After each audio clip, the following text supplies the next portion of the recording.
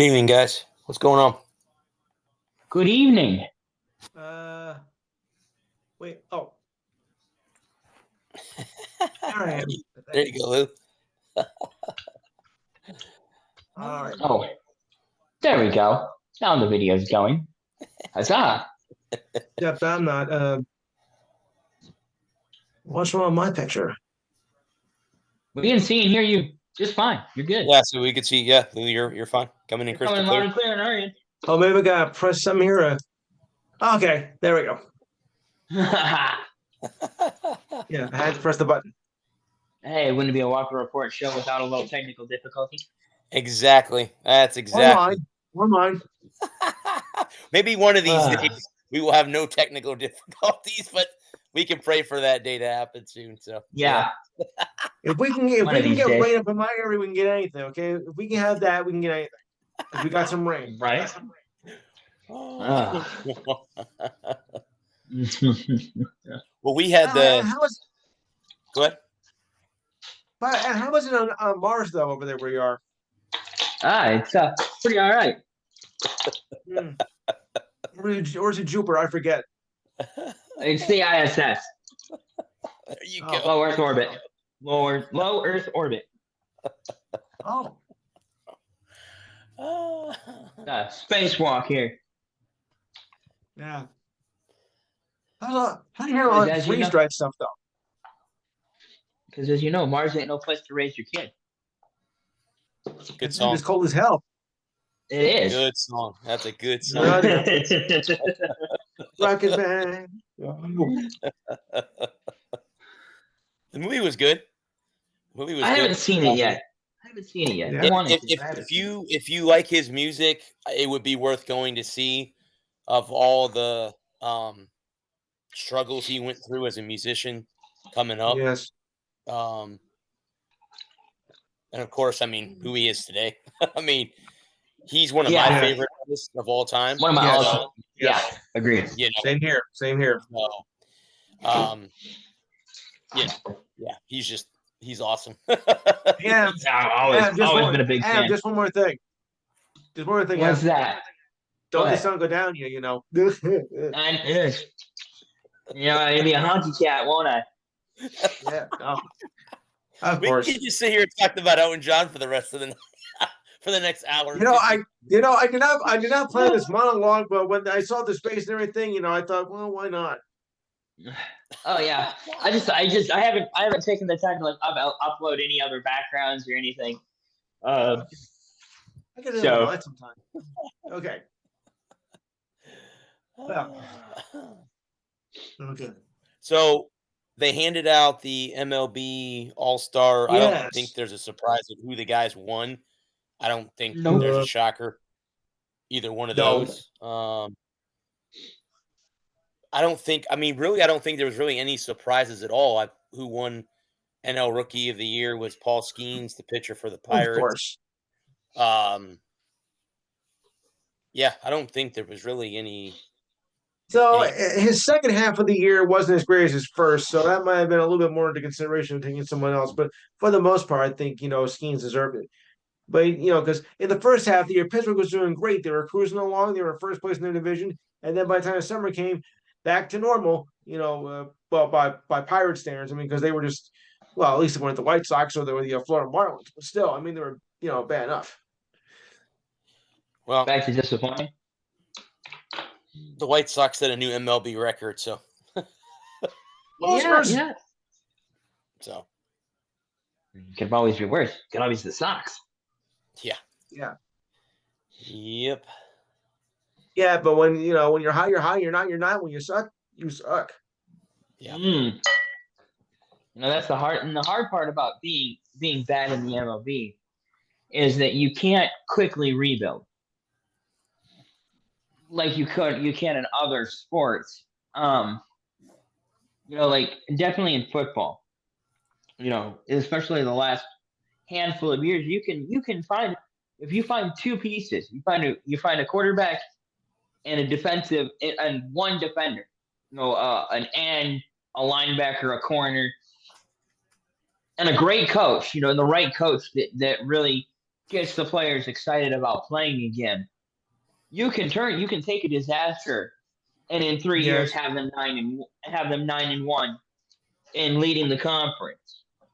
But with baseball, with baseball being such a long season, Yes. and with there being so few players that play on a day-to-day basis, and with baseball being such a difficult sport to manage in terms of plugging and playing, and you could have. Well, look at the Yankees in the World Series. They have one bad Yeah. inning, and it blows up in their face. And over the course of a 162 game season, you have a handful of those bad innings, and they snowball into long losing streaks, 5, 6, 12, 15 games.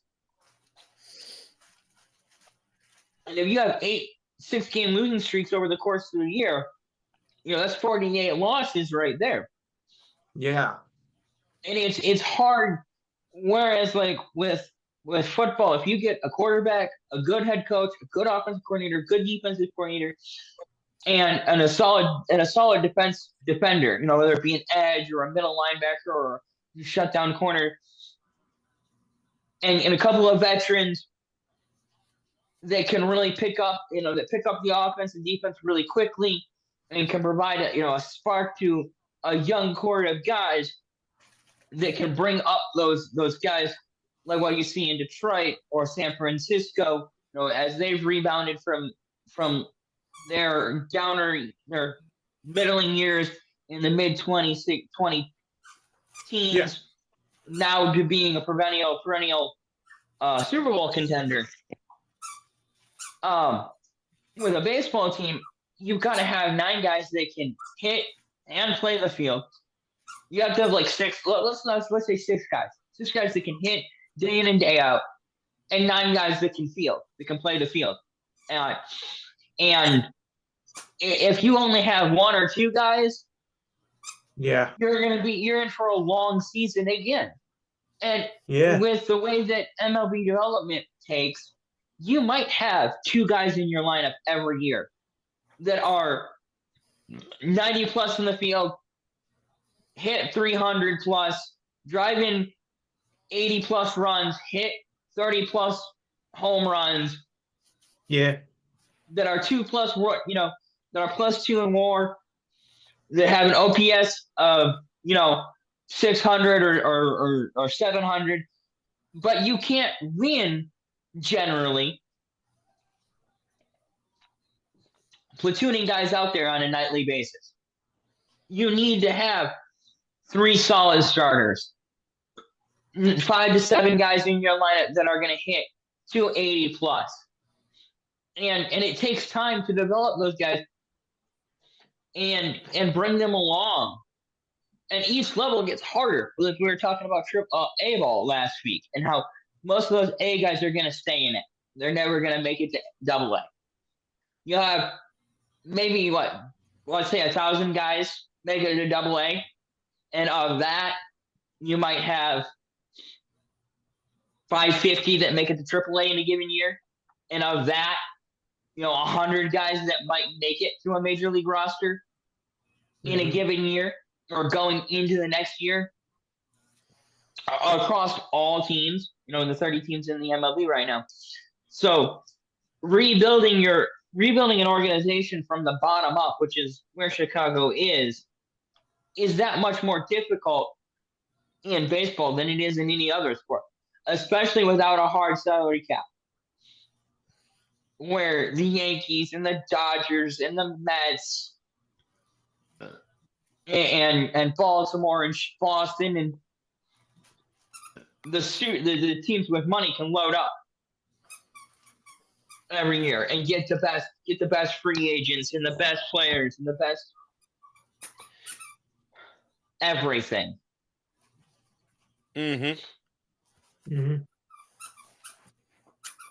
Well, that's the one thing, Bud, that I getting the chance to go to the Rays games this year, and the one thing with all the veteran guys that have been around the organization, some of them have been around since it started, and I'll talk about the Rays later on because their stadium thing is up in the air now again. Oh, But they would give Kevin Cash a hard time because every night there would be a different lineup. He would take somebody out, whether they were hot or not. He'd take them out, put the other guy in, and then it would. I mean, at one time we had a catcher hitting for us that was hitting under 100 in the lineup. Ooh, Yeah. that's it makes you question it because you could maybe I don't know. I would go with the hotter guy. What I'll say is, I can understand pulling, spotting a guy, giving a day of rest. If he's played 6 or 7 straight nights, giving a guy a spot of rest. But you would think that there was somebody in the organization that you could bring up from AAA that could bat 230. Well, and that's go ahead. Well, and I was just gonna say, and still call a good game. No, I wholeheartedly agree with you. The one position that the Rays have not developed as an organization is a catcher. All the catchers that they've had have either been trades or journeymen that they brought in to kind of fill that gap, but they've never had, they've never developed one in the minor leagues from, A ball all the way up to AAA, which AAA is the Durham Bulls. Of course, if you've seen that movie before with Kevin Costner in it. But I mean, it comes down to they just haven't developed a catcher, and it's weird that that's the only position in the franchise. I mean, they develop pitchers quite well. Actually, I saw something today that their head pitching development guy has taken the a promotion with the Cleveland Guardians to be their president of their baseball operation. So that's a huge promotion. Yeah. So he's leaving the franchise to go to Cleveland to help the Guardians. But anyway, the Rays. So as you guys both know, when we had Hurricane Milton, the second hurricane that came through, it ripped the roof off the Trop. I mean, literally ripped the roof off the Trop. I saw the pictures. And the estimate was $58 million to renovate this, But we had this argument last week where they should just tear it down and whatever. Be done with them it. Play in a neutral site the next 2 years and 2027. Well, now what's happened is the financial bonds that the county, Pinellas County, which is where I live in Florida. If people that don't know what I'm talking about, if you look at the state of Florida, like the Dingaling of Florida, that's Pinellas County. But anyway, they postponed the vote on the bonds. The $1.2 billion that has been approved for the stadium.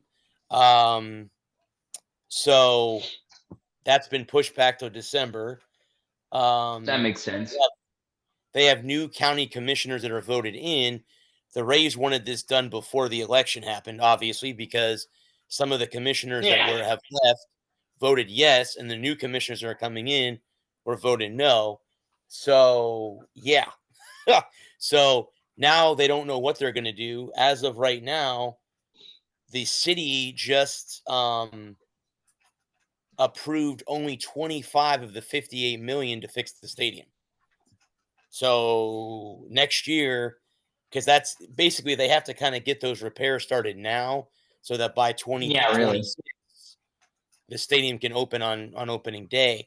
They can't delay it much longer, and unfortunately they've stuck now until basically next month to get everything squared up. Right. But to me, the reason that Pinellas County is doing what they're doing is because the Rays decided they wanted to play in Hillsboro, but that's because the stadium that they're playing in, and Lou will know this, Steinbrenner Field, where the Yankees team, the Tampa Tarpons play. That was the stadium that was agreed upon. MLB paid $15 million to the Yankees to allow the Rays to play there. That wasn't the Rays that paid that. It was MLB. And um what's his name? The commissioner of baseball. Ron Manfred. Thank you, Manfred. Yeah. He wants to keep the team in Florida. He does not want the team out. Of course. So he's giving everybody the chance down here to make the decision of whether they're going to go, come or go. So right now it's up in the air. So I just got done right before I popped on here. I submitted a USF baseball article to Ralph, and I told him, I said, Ralph, I don't know if I'm going to be able to get credentials to the Rays this year because the press box is a lot smaller at a AAA at an A stadium in Tampa compared to the one at Tropicana Field. Sure. So I said, I'm going to focus on USF baseball again. And he was like, go ahead. So I'll be putting up a lot more USF baseball stuff again this year. So, but yeah, there's my take on everything with the Rays. I would say before you totally kill your Rays writing, I'd write for the first month and see if you get, and do your credential, apply for credentials. And then after that first month, if you haven't heard anything, then you'd be like, okay, then we're just gonna back off that for this year. And and then you can always still write articles, but then just not worry about getting credentials, maybe slow down your articles, not write as many articles, and take a breather, take a step back. But the thing that I would be worried about is if you stop writing all together, then having to reestablishing those connections in a year or two when things get back to the new normal. So it's just for your consideration, because if there may be a spot open, there may be another guy at the local paper that doesn't want to deal with going all the way to Tampa, and you might have a spot, and then you get your first credential in late April, and you go and you find, okay, yeah, no, this isn't going to work. It's just too far away, and there's just too much traffic. And then you can go, okay, yeah, you know what? I'm just going to write articles. I'm not going to worry about getting credentials. We're good. So just just my 2 cents on it. No, I appreciate that, but I mean, actually, to be honest with you, the drive to USF is actually for the drive to that part of Tampa. Where the Rays will be playing kind of right across the street from where the Bucks and the Bulls play. I mean, literally, it's like 5 minutes down the road. Yeah. Not like it's and it's we were talking about that last week. I'm gonna dread the day that, and I am so happy for the university that they finally got their own on-campus stadium. It's just going, in some cases, it's going to be a pain in the butt to drive all the way to USF because the highway getting there can be backed up at any time of the day. And how far is the drive? Let's see, Lou. I live in Clearwater. It could be anywhere from about 35 to 50 minutes. It's not terrible. Well, it's not terrible, but a majority of that ride is in bumper to bumper traffic. So that could be a problem. You go around, up to a certain point, and then it's like stop and go traffic for 4, 5, 6 miles before it clears back up again. I thought we were bad. Oh well, I mean, traffic is bad anywhere. I don't really think there's anywhere you can live in the United States in a populated area where their traffic isn't bad. Charlotte was really nice. What's that? When we were in Charlotte, I didn't really see.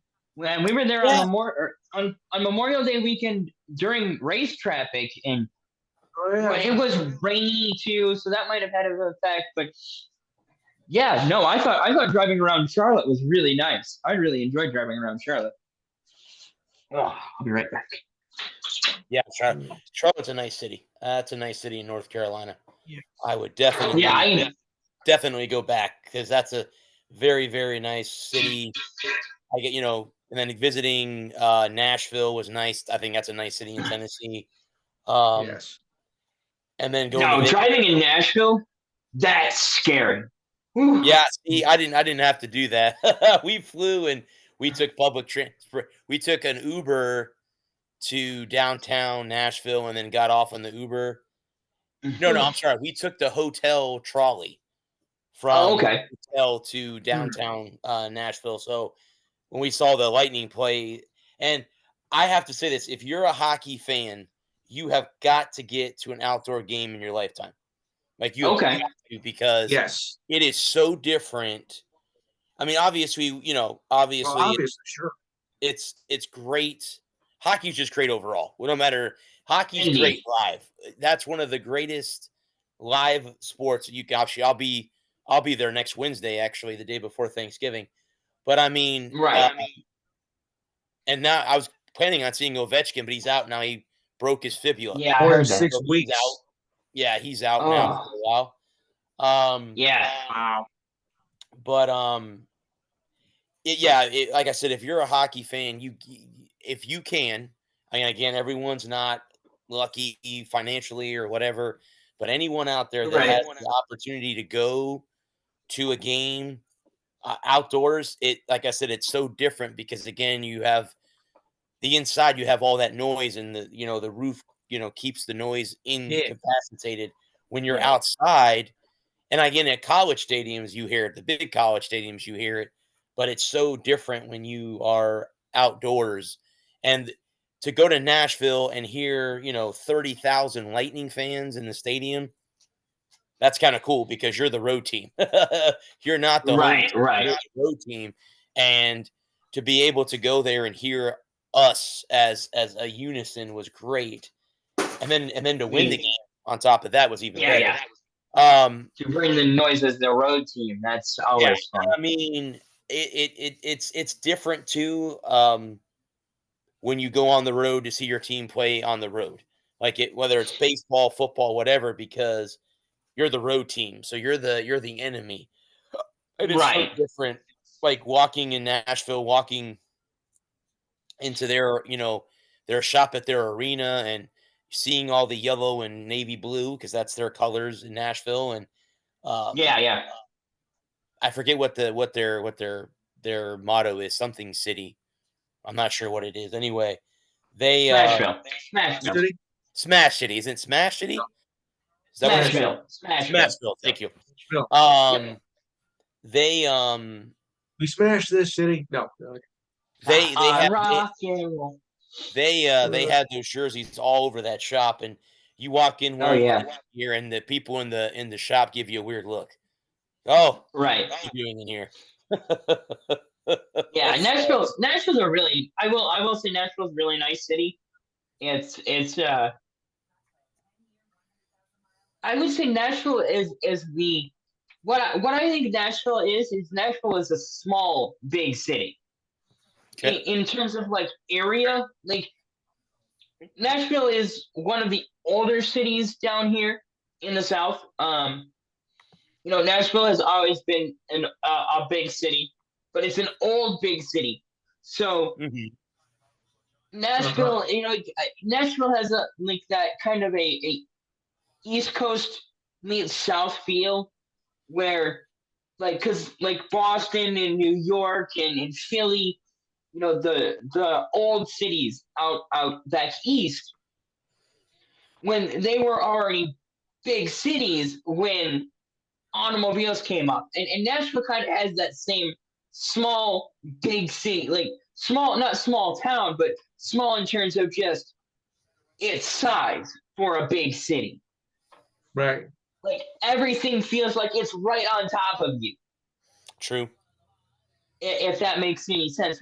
Whereas Charlotte felt like a sprawling metropolis where everything was designed around being a big city, big wide roads, lots of room.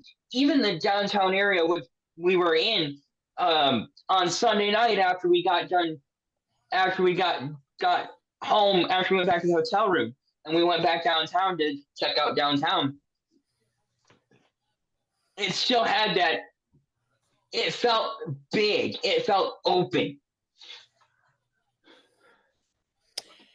Yeah, it definitely. You compare to the two cities, yeah, but you're right because downtown Nashville is all bars, and it's every genre of music you can think of. They've Oh got a yeah. bar down there, and like you said, it's all compacted. Like there's very few feet in between the two bars. I mean, some of them hug right up next to each other. It's Where right in on Char- top. where in Charlotte, it's different in it's more spread out. And when we went, like you said, after we got back home from being soaked in the rain, um, A it shower and something to was eat. Yep. it was so much more spread out. It was where you were able to like breathe a little bit. Where, like you said, being in Nashville, and I mean that's the same way it is in Vegas too. Vegas, Hmm. everybody's on top of you, and no matter where you go, there's people. I don't care if it's 4 o'clock in the morning. You can walk down the strip, and there are hundreds of people walking down the strip. And if you're in the casinos, good luck trying to find a quiet spot because you ain't gonna find one because they're No. Right. all over the casino. Um, yeah, I mean, I would go back to all three of them in a heartbeat. I was gonna ask, is Knoxville just the university, or is there other things in Knoxville outside of UT? I haven't. I've only ever been to Thompson Bowling. I've never been in Knoxville proper. I've only been. Thompson Bowling is the basketball stadium, with the whole concerts there and everything. So I went up there for Trent. That's funny. Me and my friend, we were hanging out this afternoon or yesterday, listening to music. We were listening to Christmas music, and TSO came on, and I was telling her about that going up there, and it was a Thursday night, and I told you guys I wouldn't be here for it, and I went. Yeah, the thing that I didn't like about Knoxville and trying to get into Knoxville, the thing I didn't like about Knoxville is trying to get into Knoxville. It's Okay. obnoxious. It was bumper to bumper traffic from, Mm. and I took I-40 from here. I took 75 and caught I-40 north, and from about 10 miles onto I-40 north, all the way into Knoxville, it was bumper to bumper traffic. It was Right. awful. It was awful. It was like when you were talking about trying to drive up to where the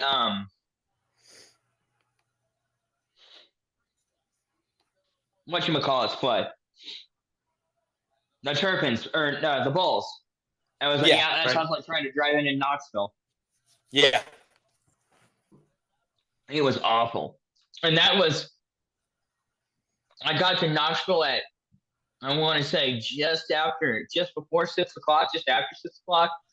I took me an hour and a half to go 30 miles. Oh, Jesus. Ooh. Oh, yeah. I mean, that's you might as well just put your car in park. Pretty and then much. just go that route. Oh my Lord. Wow. Wow. Yeah, because you just couldn't go. Just couldn't go anywhere. Getting out of Knoxville wasn't bad. Coming back south wasn't nearly as bad as going north. But going north was awful. I'm just like I said, I'm curious because again, I Nashville, obviously that's where Vanderbilt is at. And Right. Ralph came and picked me and my roommate up and drove us around the city in Nashville. And that, of course, near the end, that's where he showed us where Vanderbilt was at. And I think Tennessee, is set to play Vanderbilt. I think this Saturday. I think I think it's tomorrow. Yes. Oh, is it? Yes. Yeah. So they, it comes down to, and I was just curious again. You guys know how much I gotta check some. I despise the Tennessee Volunteers, but Yeah. it's it still would be kind of cool to go there for a game. That might be the last SEC stadium that I go to, but I would still like Right. trip. I think the next trip that I like really to go to would be Baton Rouge. That would be where I'd want to go. That would be cool. Next year for an LSU game. In They don't Baton have Rouge. to be playing the Gators. I would just like to go to Death Valley and witness a game in Baton Yeah, Rouge. I understand. While you're there, go to New Orleans. While you're there, you might as well go see, the Big Easy and Yeah. all that while you're there, and make a couple of days out of it. But yeah, I think that's the next one. I think after Baton Rouge, probably either College Station or Athens, or not Okay. Athens, but Austin. Either Okay. either Texas or Texas A&M. And then probably Athens. I've never been to Georgia. Again, they play a neutral site. Actually, they're moving that game out of Jacksonville because they're doing stadium renovations for the Jaguars. Right, you were And saying that last week, yeah. yeah, 2026 it'll be here, and I hope to be there. I would love to go to the Gator Georgia game in Tampa in a couple and I don't even have to go as a credential member. I was just looking to get a ticket. I would just go as a fan. Right, yeah, absolutely. Just as a fan. I don't need a credential. I would just find someone else that wanted to go with me. Yeah, and just go to the game. Also, another event, and I want to get you down here, bud, is I want to go to Daytona 500. I don't really. I'd go to either one. I mean, it's like a 3.5 hour drive for me to Daytona. It's not that bad. So I'd probably do the reverse of what we did. Yeah. I'd fly in and have you pick me up from the airport. We get a hotel in Daytona. Yeah, probably what I would have you do, bud, in that case is I'd probably have you fly into Orlando, and then I'd pick you up in Orlando, and it would only be maybe 2.5 hours from Orlando, something like that. But yeah, we could get a hotel in Daytona and make a weekend out of it, and then I would drive you back to the airport, bud, and see you off at that point. But yeah, I mean, there's a YouTuber, and I just started watching this guy. He plays the old 2002 NASCAR. The Winston Cup is still involved, which you know how long ago that's been. Yeah, it's been called the Winston Cup. Which one? I think. Here, let me look it up, bud. Hang on a minute. Let me look it up real quick on here and tell you who the channel Radman. He's a gamer, and I don't. Hang on a minute. Let me pull this up real quick because he'll be in my favorites. Let's see, like videos. Hang on, just a second. Oh, you're fine. I was watching his videos the other day. Let's see.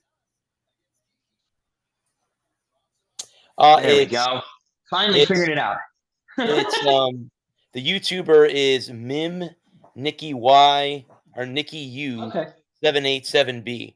I don't watch him. He's playing NASCAR Thunder 2000, and he's in a season mode, and where he has the computer players on Legends mode. And I watched the end of last season, and Jeff Burton won the Nextel Cup. Rusty Wallace finished second, and Tony Stewart, a very young Tony Stewart, finished third. Just this season, Jimmy Johnson was signed as a rookie. So that's how far back this game goes, because we all know that Jimmy tied Cale Yarborough for most championships. Or did he break it? He tied Petty and Earnhardt for most championships. And I think last I knew, I'd have to look. I think he had 83 wins, which tied him with Yarborough for wins. Wins, okay, that's what it was. Like, yeah, he has 7 championships, which is tied with Petty and Earnhardt, and I think he has 80. He might have 85 wins, which puts him like 4th or 5th on the all-time wins list. Who has the most? Petty at 200. Petty, okay. Oh, that's not shocking. It's Petty, Pearson, Gordon, and then I think it's Johnson, Waltrip. And I'm cleaning up my computer and trying to get that all fixed up so that I can actually use it, which would be really nice. So that's what I'm doing. I would look stuff up, but I don't really want to mess with it because I'm deleting stuff off That's here. okay, buddy. Trying to My get. my dog is barking Nice. at dogs outside. So if you hear her in the background, she's barking at Oh dogs. yeah. Right. Oh. Well, that sounds about right. So yeah, I mean that's just like asking who Yeah. has the most goals in the NHL. Gretzky. I mean, Yeah. Petty should have Gretzky, Ovechkin. been my first answer to that question. Yes. Gretzky, Now- Ovechkin, Howe. Let me ask you this question, bud. Yeah, go ahead. When did Petty get the STP sponsorship? Was it right away, or was it? It did he was earn- early to mid 70s. It might have been even late 60s. Yeah, he drove for the STP they had a partnership from his dad. I think Lee Petty even had STP on board in the early days. And then when Okay. Lee had to get out of Lee got hurt. He got hurt bad and he had to quit driving. And Richard got that sponsorship in the mid to late 70s. I was Or just early curious. 70s. Did we not see one of his early cars in the Hall of Fame? Yeah. It was the late 60s. Is that blue? That blue is the Petty blue. And they Yeah, that made it baby up by- blue. That baby Yeah, blue. yeah. Yep. If you look it up, if you look at that blue is officially like on Sherwin Williams, that blue is Petty blue. Nice. So you got that name. That is the official. That's cool. That's so cool that you get a color named after you because of the car that you drove for so many years.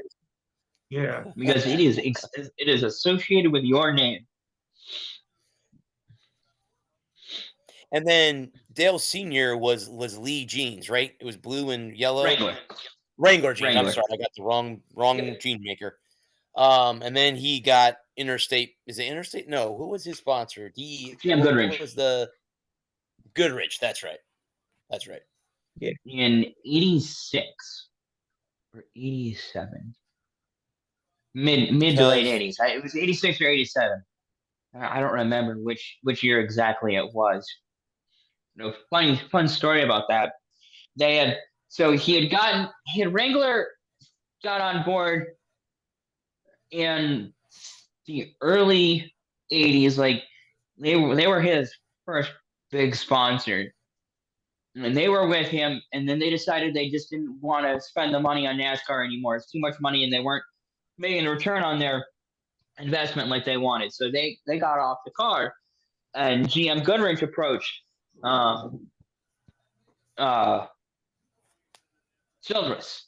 Say, hey, we want to get on Earnhardt's car for the upcoming season. It's like, all right, let's see what we can do.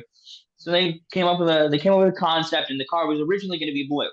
It was going to be blue and white it was going to be a blue and white 3. And I forget, I don't remember if it was Childress himself or it was one of the people in Childress's organization, like the team president or whatever, sat the people from GM Goodrich down and were like, yeah, blue's just not going to work. Blue's not going to, it's not going to pop. Your logo's not going to pop on the track. And see, this was before the big TV contracts and getting your team, you're getting your character, back in that day, what sold sponsorship was having your car go around the track. Now is, as opposed to now where having your car on track is only part of it. Getting your car on TV, a lot more people are going to see your car on TV than they will ever at the track. So, So anyway, the GM Goodrich wanted to do this powder blue, kind of like a deeper blue than Petty blue, but still like a dark light blue, if that's even a thing.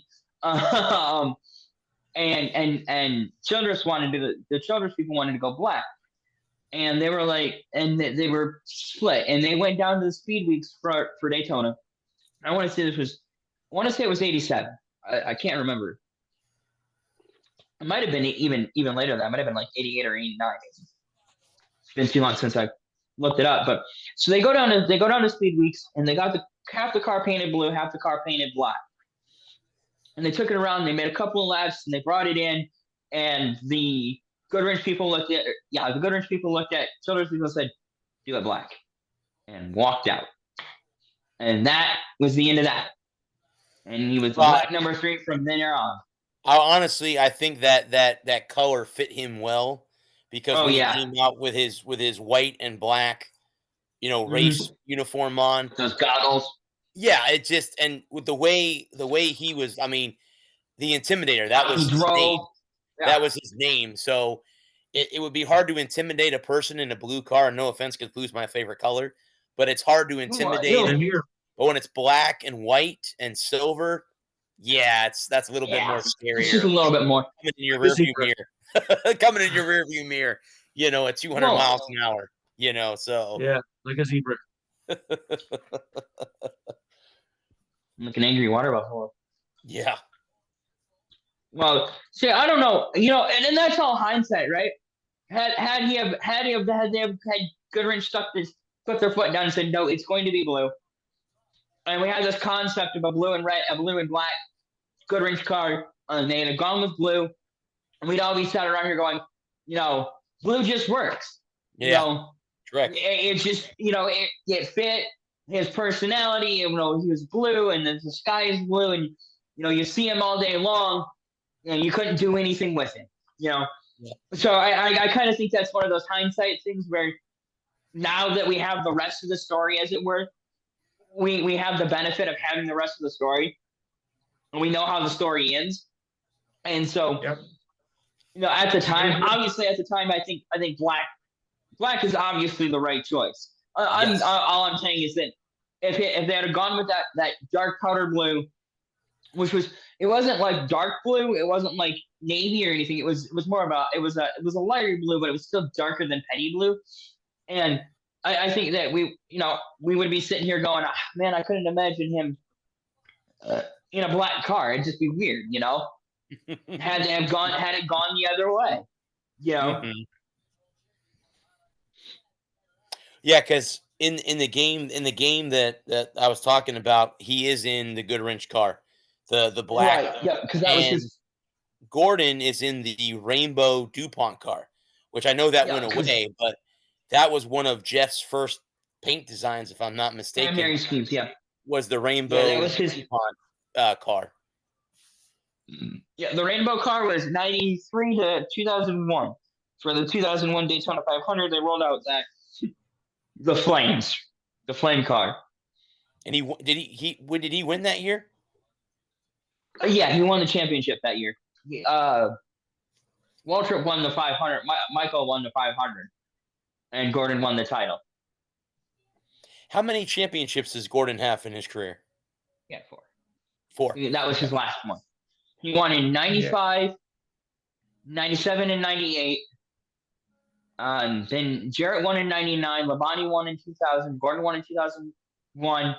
Stewart, Kenseth, Busch, Johnson. Stewart. Johnson, Harvick, Logano, Johnson. No. 15 was Busch. 16 was Johnson. 17 was Logano. 18 was Truex. 19 was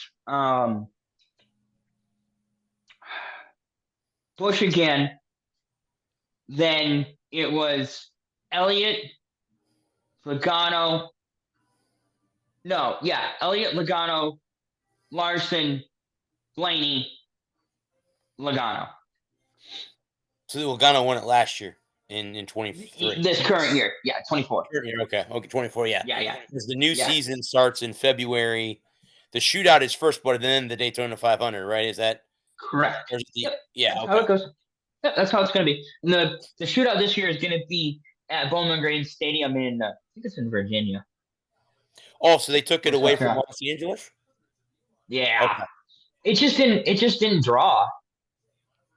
I mean, South LA, they just don't care about NASCAR down there. They were never going to care about NASCAR. Well, I was going to say, I mean, and no offense, because I'm sure there's a lot of drivers that are from California, but I don't see NASCAR, and again, and I'm not picking on anybody, but NASCAR's a southern sport. It California is really a is. southern state, Yes. so it's hard to They talk never in, established. you know, They don't in have the a West presence Coast. out there. Yeah, They don't have a presence out there for a preseason Right. race. For a non-points paying preseason exhibition with when you're only gonna have 20 cars out there. It's not good racing. They're gonna be in a single file line, and it's just 100 laps of them going around in a circle. It doesn't make for good TV, good viewership. Yeah. So they're coming back this way. They're gonna have it at Bowman Gray, which is in like South Carolina, North Carolina, Virginia. It's somewhere in the South. It I don't know, because Bowman Gray is too town. As far as I'm concerned, Bowman Gray is still too small, because you can't open the car up and really have a race. You have to beat and bang your way around the track, and then you got pissed off drivers, pissed off fans, and it makes for a miserable evening of 75 laps of beating and banging in a $300,000 race car.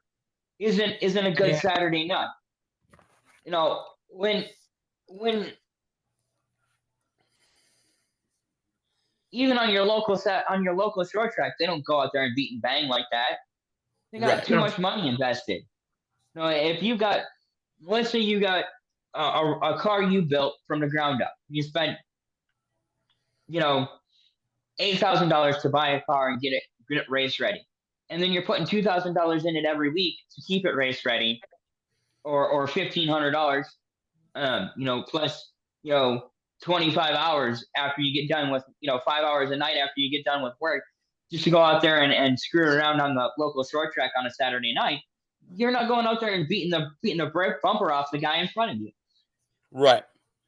And owners don't. And you're talking local guys who if they have a sponsorship, it's the local tire dealership, it's the local oil change place. Mm-hmm. FedEx and DuPont, who's their Exalta now. Exalta bought out DuPont. They changed the name. So that's the same company. They're still the DuPont, but they changed the name. So now they're Exalta.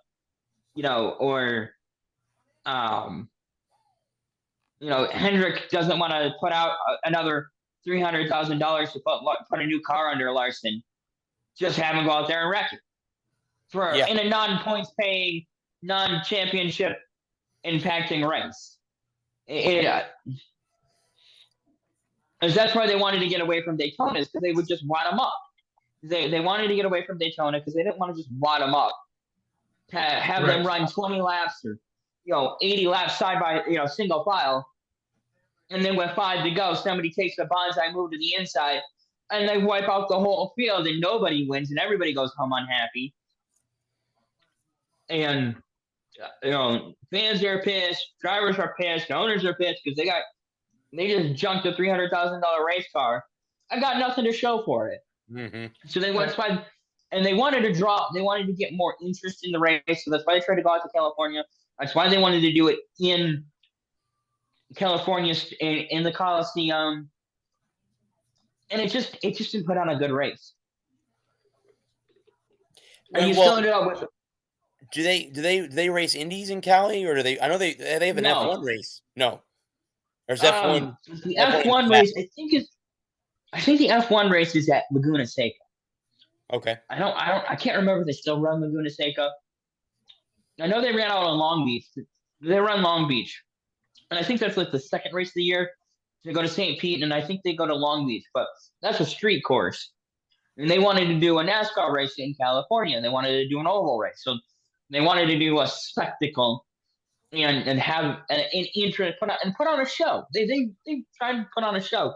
Yeah. Non-points paying race, an exhibition race, something fun for fans and drivers, and you just ended up with a bunch of crumpled up race cars and bent race cars and hurt feelings or hurt race cars and bent feelings, as it were. Right. And then Yes. you got a week off to sit and stew about it, and then you got to get strapped up and strapped in for the Daytona 500, the biggest race of the year. And then basically on the other coast. So you got to drive all your equipment from California to Florida and get ready for, like you said, the Well, Super Bowl of the season right off the you got to bat. drive everything. Yeah. Well, it's not just that. You got to drive everything back to North Carolina or wherever you're headquartered out of. Right. Everything back to the headquarters. Get everything unloading. Get your Cup car, your 500 car loaded up, plus the Xfinity car. Because a lot of the teams have both.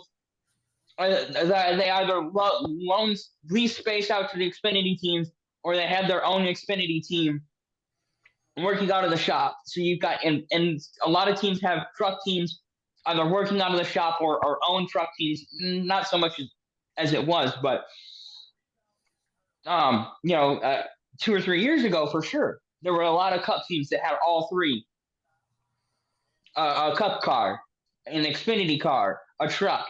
You probably got 2 Cup cars, 2 Xfinity cars, 2 trucks that have all got to be turned around, loaded up with all your gear, plus a week's worth of whatever else you're going to need.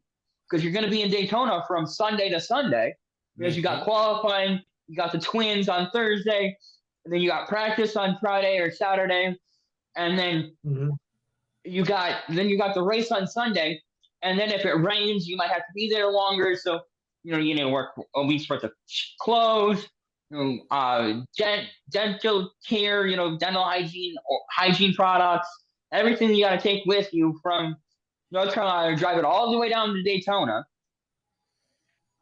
Get into Daytona, get everything set up, get everything off the trucks, get everything into your stall, get the car off the hauler, get it all race ready, get it trimmed out for qualifying, put extra tape on it, drain off, whatever fluids you're going to put in it, make sure it's going to crank, do all your compression tests and all the other tests that you might have to do to make sure the car is qualifying ready. Roll it out there, qualify it on Tuesday, get it back in, drain all the fluids off, get it cooled off, run all your checks again, load it up, go out to the motel or hotel or the truck, wherever you're staying, in the motorhome, sit around on Wednesday, get Thursday afternoon, go, or Thursday morning or whatever, if you got damage in practice or in qualifying, and they're going to let you go work on it on Thursday or even Wednesday, they might have some open time on Wednesday so you can go work on your car. Go get your car ready for the Twins. Run the Twins. Pray you don't get wrecked in the Twins. And then sit around from Friday to Sunday, and then race Sunday. Hope you don't get wrecked out on Sunday. Pack everything up. Go back to North Carolina. Unload everything. Put everything away. Reload everything. Probably 1 car this week because we're going to Atlanta. Maybe 2. And then turn around and go back to Atlanta. In the course of 3 weeks. 3 events. 3 different tracks. No, actually, technically closer to 7 events because you have all the practice. They're going to have practice for Bowman Gray. They're going to have practice for the 500. They're going to have the Twins. They're going to have qualifying the Twins, the race. And then you're going to go across. You're going to go back down to Atlanta. And have practice and qualifying in the race for the Atlanta. And I'm not sure. I think it's a 500-mile event too. So you're gonna have. Well, at least if they're in South Carolina, you don't have to, if from South Carolina to North Carolina, you don't. If that's where you're now, again, that's if that's where you're stationed. Obviously, they're not all stationed in North Carolina, but pretty much everybody. Are they okay? So yeah, pretty much everybody's headquartered out of North Carolina. If the race is in South Carolina instead of California, you're Yeah, closer yeah. to headquarters, and then you're not that far, you're not that far from Daytona, and then you're not that far from Atlanta. But then as the Right. season goes on and the tracks get further and further away, yeah, that Yeah, all because after I mean, that right there, the teams obviously you got to have like just like an immense team that hmm prepares all that stuff. The equipment, puts the cars in the loader, gets them off the loader, gets the equipment set. Because I mean, when we went to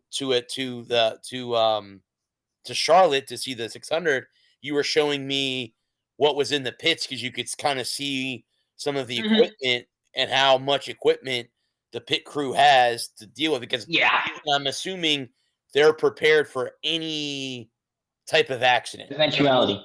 Yeah, If they can fix it, they're going to fix it. If they can't fix it, then the car's just going to run the way it is, and whatever the driver can do the best of his ability to finish in wherever he can. if Uh, they're allowed to finish. if they're allowed to, correct. I mean, obviously, you can NASCAR can say, yeah, you're not going to finish. Yeah, you're done. Um, Mhm. you're done. So, yeah. So I was just Like, curious on how all that yeah, works. no, oh, absolutely. I love talking about that stuff. So, um, Yeah. like the sport of NASCAR is so much more than just going fast and turning left. Right.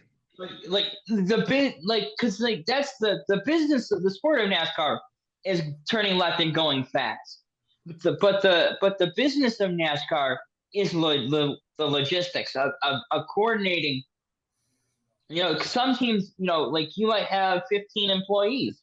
There might be 15 guys on a team, and that's it. That's everybody. There's and everybody has 2 or 3 hats that they have to wear on a weekly basis. And then you've got the big teams that have 1,500 employees, and everybody wears half a hat.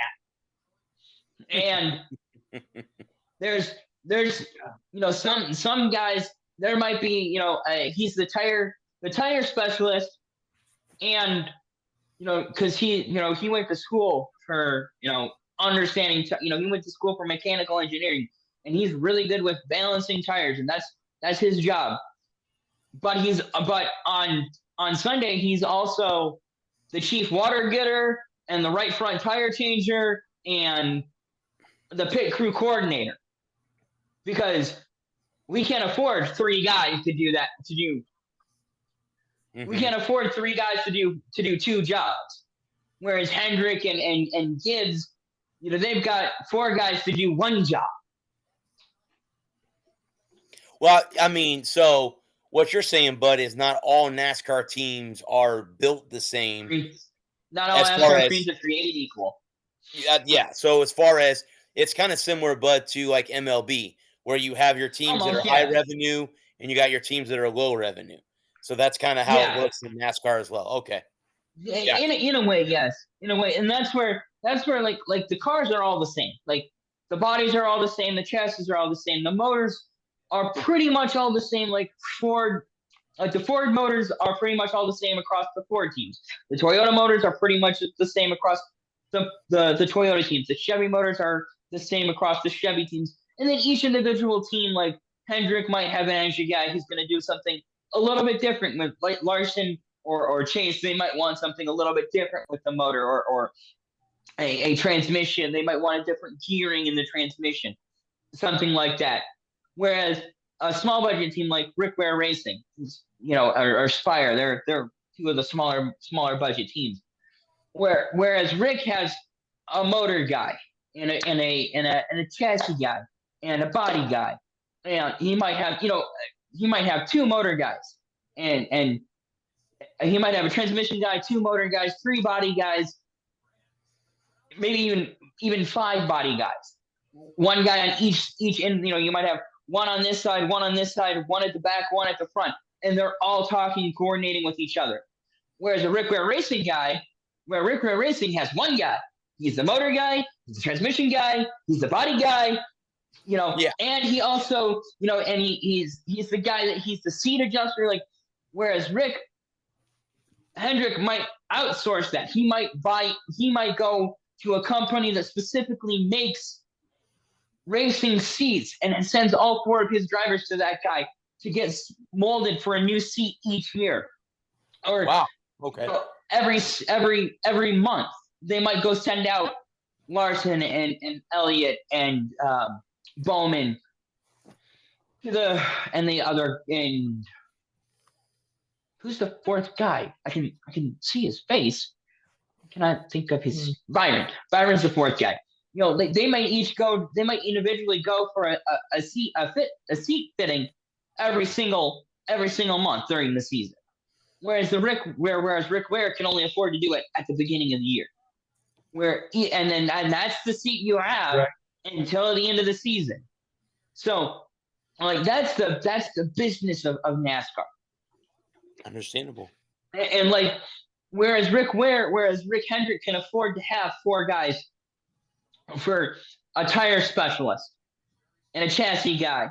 He might, and again, he might have 2 or 3 chassis guys, and each of them working on an individual aspect. You might have a front end guy, and a rear end guy, and a center chassis guy.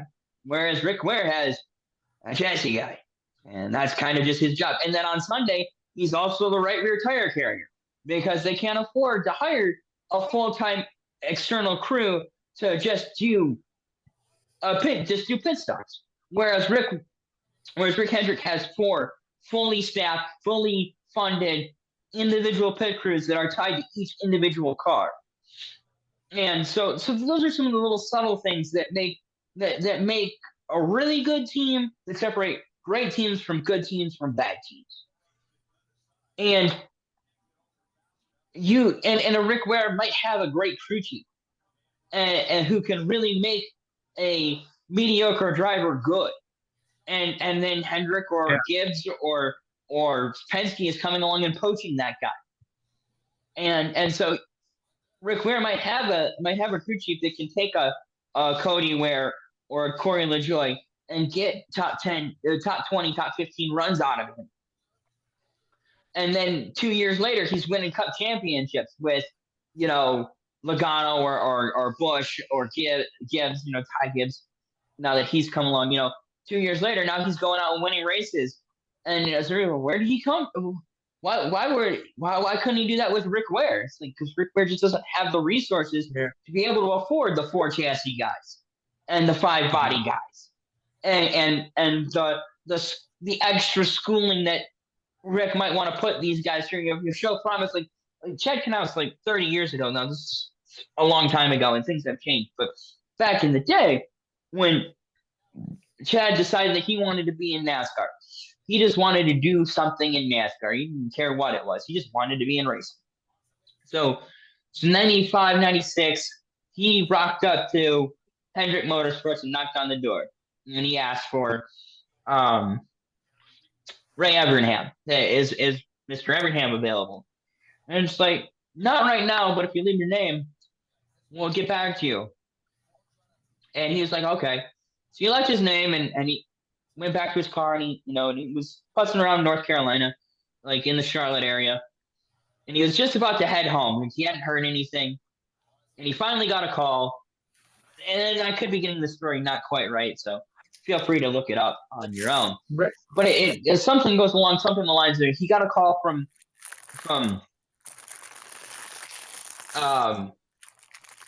Ray Evernham, and Evernham was like, "I'm sorry, but we just don't have any openings right now." He's like, "I don't care. I'll do whatever. I'll push rooms. I'll do whatever." He's like, Okay. Right, fine, whatever."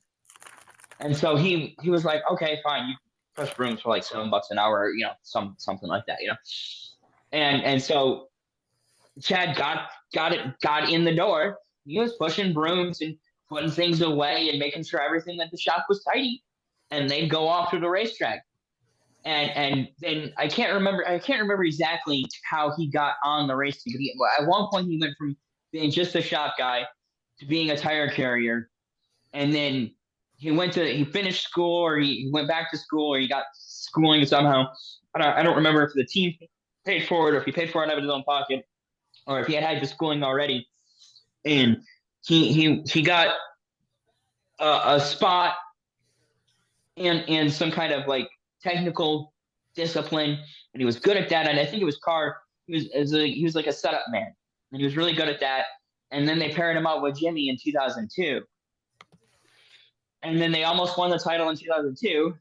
They almost won the title in 2003. They almost won the title in 2004. And they finally broke through and won the title in 05, and then they ripped off 5 straight and finished with 7. And he had 85. I think he had 85 wins in Cup.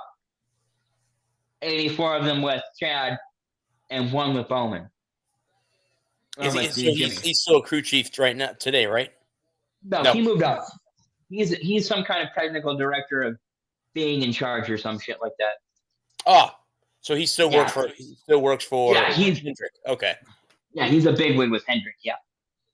And so that's kind of like the subtle aspect of NASCAR that a lot of people that don't watch the sport on it, that don't follow the sport as closely as other people do. It's like there's so much more that goes into getting a race car ready for a race weekend, and then this is true across all motorsports. Where it's got to be. I can't imagine what it's like to try and get an F1 team ready for a race weekend, where you've got a race in Vegas, and so you've got to come from England, race in Vegas, England or Germany or Austria or wherever you might be. Yeah. I'm not sure where Red Bull's headquarters is, but they have, having to come all the way from Europe to America. That's a headache that I'm glad I don't have to deal with. Speaking of headaches. Well, I'm assuming that they move cars by ship. I wouldn't think that you'd. I would think that they would probably ship them. Yeah, I would think so. You, instead of owning like a private plane, you probably own like a boat, and you float those things over here in hopes that you don't run into rough water, obviously, coming to the States. But I'm wondering, see, if you're going to Vegas, you would come in through California. That way you wouldn't go the other, because I don't know though. England, that's far away. I think England, that's just interesting. You would get the car from New York to Vegas. I guess you haul it. I guess like they do in NASCAR. So well, you could sail it. You could sail it to California. You could sail through the Panama Canal. You could sail through the Panama Canal and come up through and land in like San Diego and drive to Vegas from there. Vegas, or you could land in Galveston. You could land in Galveston or Houston and drive from there. Yeah, I just don't know the logistics. Or you could have a cargo. You could rent a cargo plane or own a cargo plane. Load everything up on a triple. You could have a 777 or a Dreamliner or a Airbus A380, and turn it into like a hauling. And just put everything and all the people that you need for the race weekend on it. Do they bud with F1? Do they run 2 cars to every race? Normally they don't. Normally they only have the 1 car. When they just bring 1 car. Okay. Yeah, because they don't. Because F1 really doesn't have. They don't expect to need more than 1 car in a race weekend. And that's McLaren. Yeah. All of them. Honda's in F1, right? Honda got out. Honda got out. Okay. Yeah. Honda never had I don't think Honda had a factory team. I know they had an engine team, but they got out. Max, what kind of car does he drive? The guy that wins all the races? I don't know what. Is he Red Bull? I know he's Red Bull, but I don't know what Red Bull. I don't know who's their drive, who Red Bull has who builds their bodies these days. I'm pretty sure they build the chassis in house. Yeah. Let me take a look. I'm just curious. Yeah. Right. No, you're fine. I would do the same. Red Bull chassis, right? Red Bull Racing. Bodies. That's not related to the soccer team, is it? Yeah. It is related. Yep. I knew there was a connection somewhere. Yep. That's the energy drink. Yeah, I know. I mean, Red Bull energy drink, but we also have the soccer team called the Red Bulls. So I thought, they were related or Yeah, there. Yeah, the energy drink owns all of that. It's Red Bull Sports. everything, including our team, which sucked Yep. this year, but still. Yeah. Did they? Well, they're in the playoffs, but yeah, they're kind of a weak playoff team. Mm. You get the So idea. Max is Oh, Dutch. Yep. Max is Dutch. Under the Dutch flag in Formula One Red Bull Racing, he's won 3 World Championship titles. Let's see. It says Red Bull Racing Honda RB. Oh, okay. Is who I'm guessing that's motors though, right, bud? That wouldn't be. Yeah, I know Red Bull. I know Red Bull I know Honda's getting out. Okay. Yeah, it says right now. It says 2014 Red Bull Racing Honda R as in Robert, B as in boy, P as in Peter, T as in Tom. Let me click on this and see what this says. Yeah. Honda RBPT is a Formula One engine manufacturer. They've had They've entered 43 races, 43 starts. They run in Red Bull Racing Alpha Tauri. AlphaTauri. Sorry. Thank you. If I didn't know I was pronouncing that correctly. They've had 29 wins, 47 podiums, 1,473 points, 22 pole positions, and 17 times they've had the fastest lap. That was from 2022 to 2025. So I think, it looks like they said first entry was the 2023 Bahrain Grand Prix. And they was Bahrain, buddy, because the last, it says 2024 San Paulo Grand Prix, which I'm assuming is the last race in F1 every year. I'm going to assume. I think it was the most recent race. I'm not sure if the season's over or not. Oh, how about that? Max is born on the same day as me. How about that? He's got to produce somewhere. But he's like, hasn't he won the championship like the last 2 years? Yeah. Yeah, he's been like on top of. He's been lights out for a while. Absolutely, he's been insane.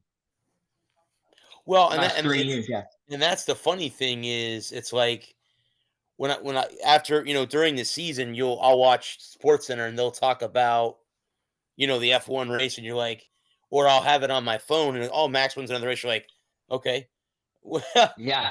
Let me know when he doesn't. Let me know when another racer wins a race. You know what I mean? Right. So, but I mean, what he does. It's pretty cool. Obviously, those are road courses, right? They run road courses, right, in F1. Okay. Yep. So they're all road courses. Are they running? They're running on the strip in Vegas, though, right? Are they running road? Yeah, that's right. I forgot about Vegas? They do run the strip in Vegas. Yes. Have they run that race yet? I think it's coming up here. I think it's this weekend. Let's see. F1 Vegas. Yes, you're right, but it's this Sunday at 1 a.m. Right. I guess that's 1 a.m. Pacific time. Yeah. No, it's 1 a.m. Eastern. 1 a.m. Eastern time. Yeah. So that means it will be. It starts at 11 p.m. 11 p.m. 10 p.m. Pacific time. So for all you night owls out there. Yeah. It's 10 p.m. Pacific time. Correct. Yeah. Yeah. Do you know where your race car is? 10 p.m. Do you know where your race car is? Well, if it's not on the starting grid. That was the interesting part about leaving, the Eastern time zone and going out there, and you get out there and it feels it's like 9 o'clock and you look at your watch, it feels like midnight. It's 9 o'clock and you're going, oh yeah, you're exhausted. You're like, oh, it's still early. Jet lag. Right. Yeah, I will admit, I did have jet lag. We ended up when I flew back. we had to stop in Dallas to refuel the plane, and then we flew home. Mhm. So we were Mhm. supposed to be back here by like 1:30. We didn't get back here until like 4 o'clock in the morning. Ugh. And like Ugh. you come home and you get off the plane and you're like you can't go to sleep because you're all jacked Right. up, you're and then after a while you sooner or later your body starts to want to you go, okay, now I can go to sleep. I want to say Well, it could be worse. when I got home, I think that day I slept till like 1 or 2 o'clock in the afternoon. I don't think I got up any earlier than that. I was Well, just Right. exhausted. it could be Right. worse. You could be flying back to Columbus, an airport in Columbus, Ohio at 6 a.m. Oh, yeah. Oh God, that was a good one. I speak for experience because I did that. We did it from Vegas, yeah, on our way back to here to Jersey. We had to make a stop at a dumpy airport in Columbus, Ohio, which was about just before the sun came up. And I got home about 8 o'clock. And I was a zombie for like 2 days. Ugh. Is that the current point standings? Jesus Christ. He's a 60-point lead. I don't think he can be caught. Oh, Max? Yeah. Nah, this week, next week, and then. Oh, okay. It's 393 to 331. Yeah, that's 62. There's a collision for you. That's a Yeah. 62-point total or difference. I mean, holy shit. Wow. With 3 races left, I don't think he can be caught. it would. I thought the he race can was over. still. No, they still have 3 races left. No, I mean, because I thought the racing before November, before things really get cold, I didn't think they were running deep to November to December. I thought it was done. No, they got Vegas this week, and then I know Abu Dhabi's the last weekend. Abu Dhabi, oh yeah. I hear that's a very beautiful place. Abu Dhabi. Oh, Qatar's next weekend. Oh, this is overseas. Yeah. Okay, because it was like the United States. I thought we're over. I think in the U.S. Yeah. Well, Qatar. right now in Vegas, I think the weather's pretty cool. I think this is the cool Yeah, that's time what they had. in Vegas. They Yeah. had a problem with that. They had a problem with that last year, with it being too cold. Yeah, I think Yeah. I want to say this time of the year in Vegas, it's cold.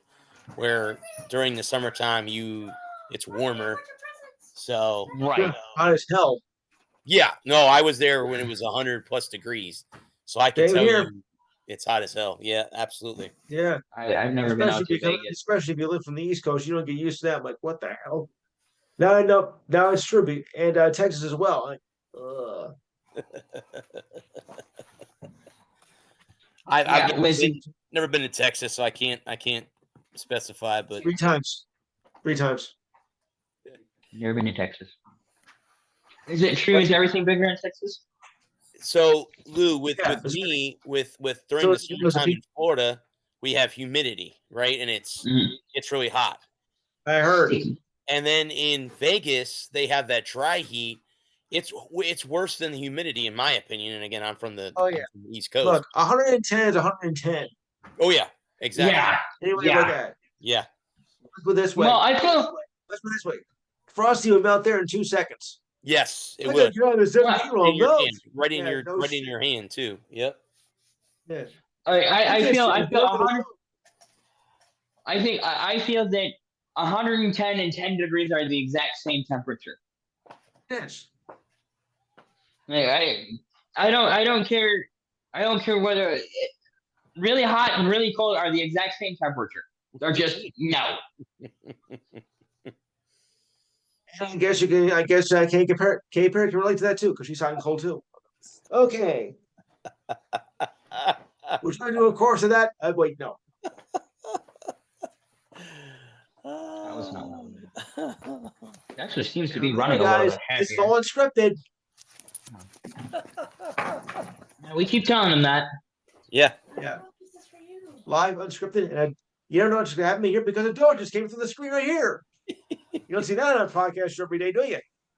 No, you don't. I can walk with the animals, talk with the animals. Oh no. Okay. Yes.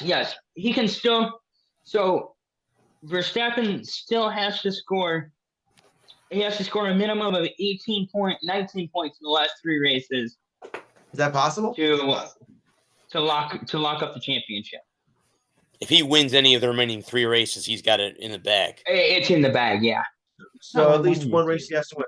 Oh wow, we got a game here, folks. So mathematically, Perez is still in the game, but Yeah. he would need Verstappen to finish 8th or worse in each of the last 3 races.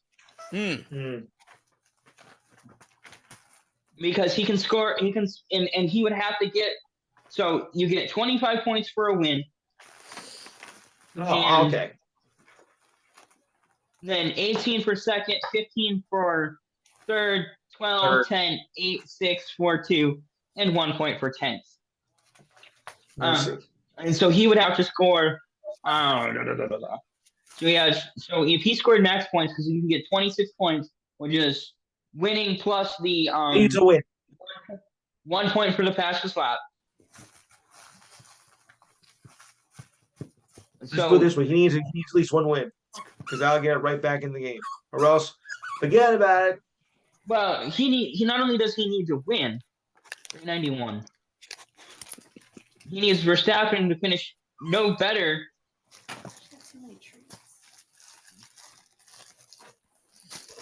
You can't have Verstappen score max point. Right. Let me see. So 391 plus 19. Yeah, if Max scores minimum max points, and then of course he would take the 1 point away from. So if he scored 19, that would take him to 410. Yes. And that's it. Even if Perez scored, because Perez can't win, and he would score 25 this week, 20.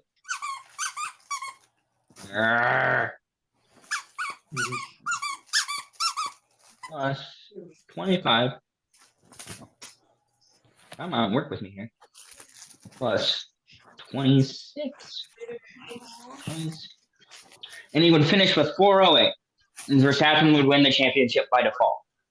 So a win or a second, and he wins a win or a second with Max with the fastest lap, and it's all over. Okay. That's for you to wear. She's like nothing going on. Yeah, so you can basically say that he's the F1 champ again, the world champion again. Basically, yeah. He's Now, but correct me if I'm wrong. That racing movie you had me watch, that was F1, right? Rush. Yes. We watched Rush together. Yeah, such a good movie. That was F1. That wasn't. Yes, Indy, it was. right? Okay. No, that was F1. Excuse me. Did you? Okay, so we haven't gotten out of this. I'm not expecting to talk racing for the last hour and a half. It's okay. But did you ever get a chance to watch the fight, or did it buffer for you the whole time? No, it buffered for me the whole time. You messaged me, bud. And Oh wow. I couldn't watch it, and then so I come to find out. I guess I went online and I heard on local sports radio that they complained that a lot of people had the same issue. Oh Yeah. Everybody was having the same issue. Not Buffalo Wild. And not only that, but there was a rumor but some ridiculous source saying that Tyson knocked out Paul in the first round. It was about 8:30 when the fight wasn't even up beyond yet. So I don't know who made that rumor up, but it was just completely ridiculous. Yeah, I don't know. No, I don't know who made that rumor up, but they were wrong. So They I certainly saw were. that too. Yeah, I saw that too. I saw that came across my Facebook feed. Facebook lied. Yeah, no kidding. Well, No, it's Nick. the fight before Paul and Tyson, the girl that lost should have won. She got headbutted numerous Okay. times and got that big I cut on heard. her eye, Uh, and she should have no. won that fight. And the judges, went the other direction. And then the trainer, the girl that lost the fight, said, "Hey, she has a history of headbutting people." So you would Right. think, as a judge, Ow. They called her a cheater. Well, boxing judge, you'd figure that out as, hey, is she headbutting, deduct points. But again, I guess if you land power shots, which is what your judges are looking for, Yes. that's what you're, as a boxing judge, that's what you're looking for. Who lands power shots? Who lands the most punches? You can throw the most punches. Doesn't mean if you land them, that's going to be, that's the thing, I don't know if a judge can deduct a point. I'm looking at. Oh, it's just the referee? If the referee instructs them to do so. Usually, only. See, it doesn't look like it looks like only if the referee calls it. Oh, okay. So, So that's a ref call. Well, Okay. it doesn't look like if the ref doesn't call it, then no foul will play on. And that's what I thought. And if it doesn't get called, then I didn't get to watch that fight. I didn't get to watch all that fight. I watched the last round, and to me, that wasn't boxing. That was a punching contest. No. It was ugly. I mean, it was good theater. And I don't know if you saw the girl fight, Lou. I did see a little bit because I was waiting for the Tyson fight to come on, but it was getting kind of late. I'm like, okay, what's it going to happen? It's 11:30 already. Let's go. Yeah. So, But as far as I'm concerned, that wasn't a boxing. The last round, I didn't watch the rest. I didn't get to see the rest of the fight. I haven't gone back and watched it. But as far as I was concerned, that wasn't a boxing match. That was a punching contest. because of course I saw And my secret device. Yes, that. I hear you. Ha. To the rest of you all. I went and watched that at Buffalo Wild Wings, so we didn't have any issues. Yeah, but I heard that. Well, this makes sure to be careful because they're supposed to do the two Christmas game this year, and if they're going to have problems with that, they're going to be like, oh boy. I have Well, to say, I have to say that the girl that won, I mean, how many more belts can you have? Like, she has so many belts. She can bring one around her waist, two on her arms. She's got two other ones. It's like, Jesus. And I think the two that fought, I think you see a rematch. I really do, because the way that fight was, because it was only a 1 point difference on each card. So I would venture to say that they'll probably negotiate something. Another fight. Another fight. I don't know if they're going to get paid as much as they did with this one, being that Be stupid not to. I mean, what? Paul made 40 million, Tyson made 20 million. I mean, you know what I mean? So you're not going to get a huge payday, but on the flip side, you could end up taking the titles away from her at the end of the day. Good. Yeah. Look, I'll give Tyson credit for going the distance, but I mean, come on, I didn't take the fight seriously at all, to be honest with you. I thought it was a great fight. You did? Yeah, I thought it was a great fight. I was really happy with that. It was a boxing match. I expected that is what when I expect. Well, see, I think a lot of people wanted a punching contest. Yes. And when they didn't just stand in the center of the ring, and when what's his nuts when Logan Paul or Jake Paul didn't just stand in the center of the ring and let him punch him to death. They were like, oh, that was rigged, and I expected it. I expected a fight, a boxing match. They had a boxing match, Right. And after the first two rounds, I thought.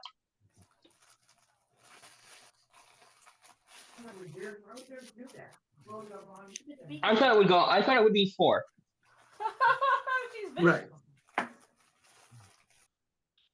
I thought if sorry, I'm trying to multitask. I thought it would go 4. I thought it would be competitive for. I thought it'd be competitive for about 4 rounds, and then Tyson would slow down. Unfortunately, he only lasted 2 rounds. Oh, he did? Right. And I knew that. We talked about it. Me and Competitively. Yes. You know what? I haven't even gone back and watched the highlights. I need to go back. I haven't even watched the highlights yet. Off to YouTube. I thought it was. Yeah. You should. You should definitely. You can. And then you can tell me why I would have liked to have seen them fight with Katie Taylor. Okay. I would have liked to have seen them fight with regulation size gloves, but other than that, after watching the fight, as I was kind of disappointed that they weren't fighting a 10 or 12 round fight with 3-minute rounds. But after watching the fight, there was no way Tyson could that Tyson could go a full 10 or 12 round fight. I was gonna say he would be lucky, but if they did the 3-minute rounds like they normally do, he'd be lucky to get through 5.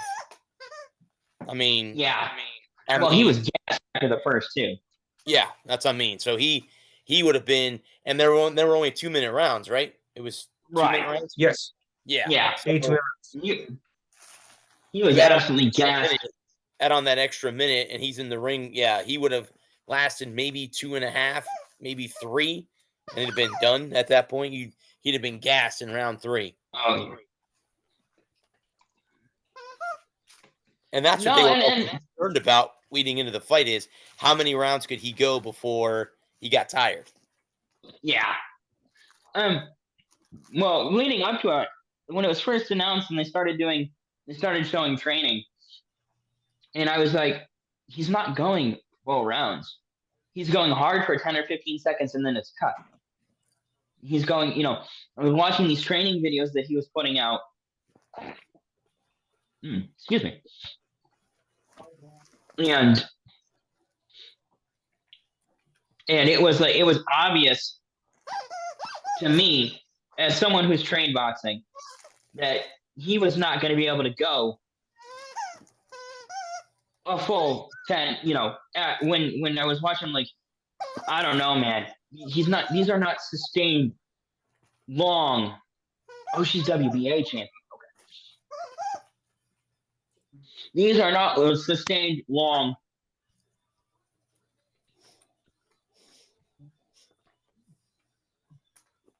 Sparring bouts. He was in there punching against his trainer, and so it was a lot of quick, and then break, and he'd take a break and he'd breathe, and it would cut to the next clip of him getting in there and banging with his trainer, and then they'd cut, and I'm like, so I knew he was gonna be, if he didn't get a knockdown if he didn't knock out Logan in the first 2 or Jake in the first 2 rounds, it was going to be a long night. And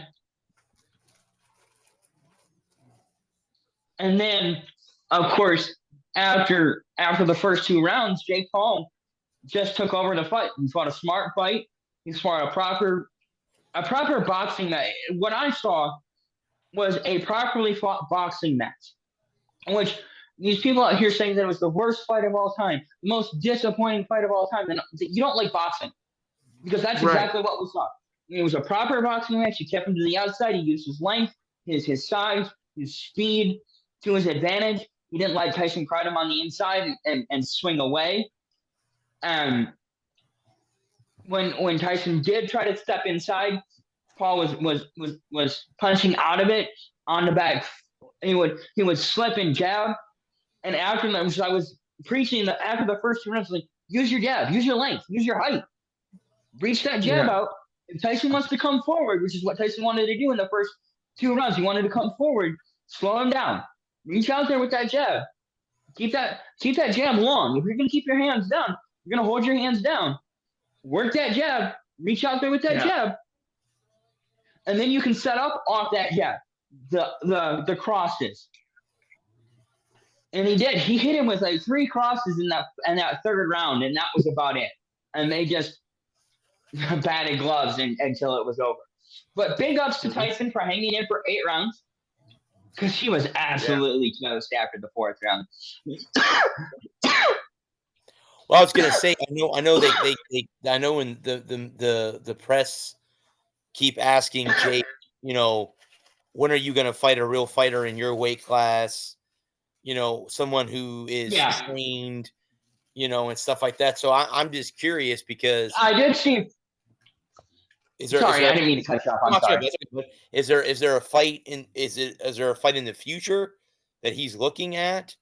Could be. I did see one, maybe in the WBA, belt holder call out Jake Paul. Said, if you want to fight me. And I'm like, all right, finally. I've been saying this for 4 years. If you want Jake Paul to stop call him out to his face, get on social media, get on TikTok, YouTube, Facebook, Twitter, get on ESPN, and actually challenge him to a fight. Don't just hide behind your computer and your keyboard and be like, Jake Paul won't fight anyone. Well, challenge his ass. Yeah. Okay. Because I would really, because he really, if you look at, and I've watched some highlights of him boxing, he really does. I mean, he's got a good trainer. Obviously, you can see that. He's got a great trainer. He sets him up for fights. He's a technical fighter. He knows what weaknesses the other guy has, and he goes and he'll exploit those. So I want to see him go in with someone who's a trained boxer who does it for a living and put them together and see how good he is. Because you know what? If he goes in to that fight and he wins, then no one can say shit, because now he's done that. He's beat the boxer. So now no one can say shit to him,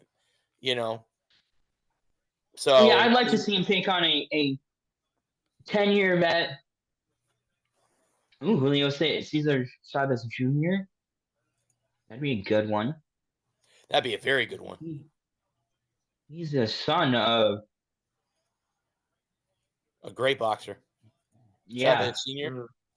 Okay, so that would be a fun fight. I'd watch that. I'd go to Buffalo Wild Wings and watch that.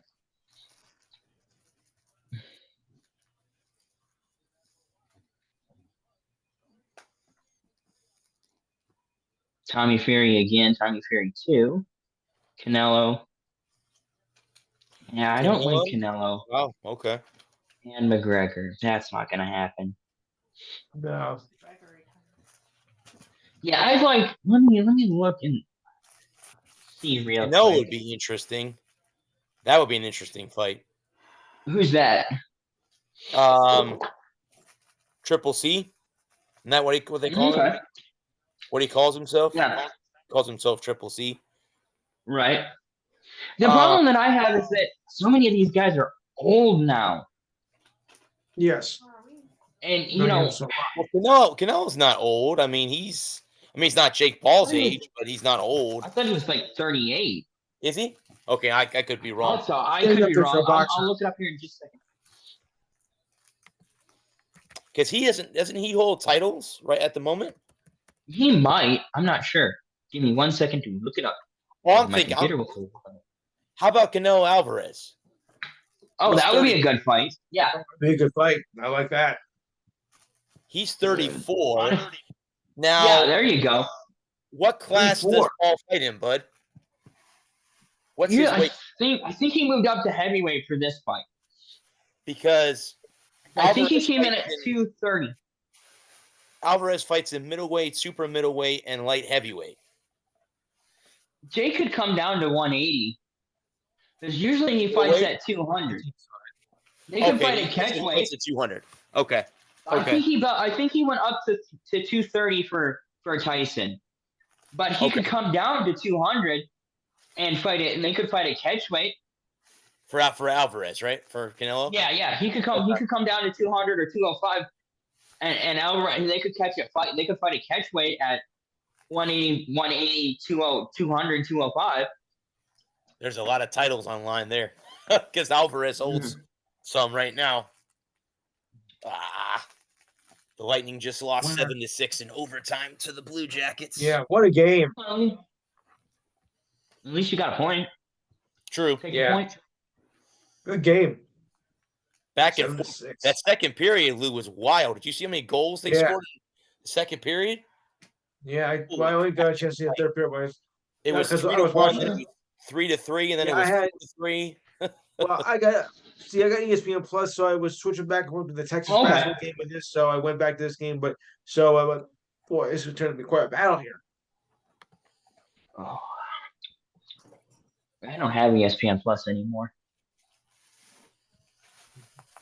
I just never watched it after hockey season, so I didn't feel like paying for it for a full year just to watch hockey.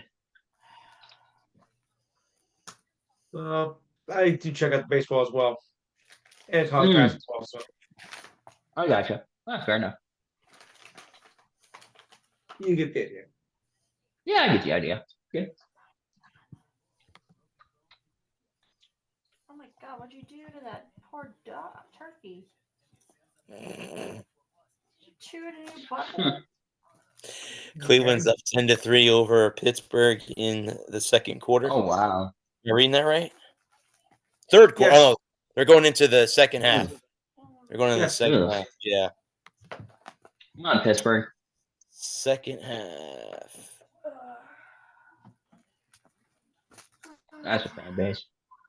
Yeah, that you know what? That would I see if Jake went out there and said, "Hey, I want to face Alvarez," I guarantee that fight could be made.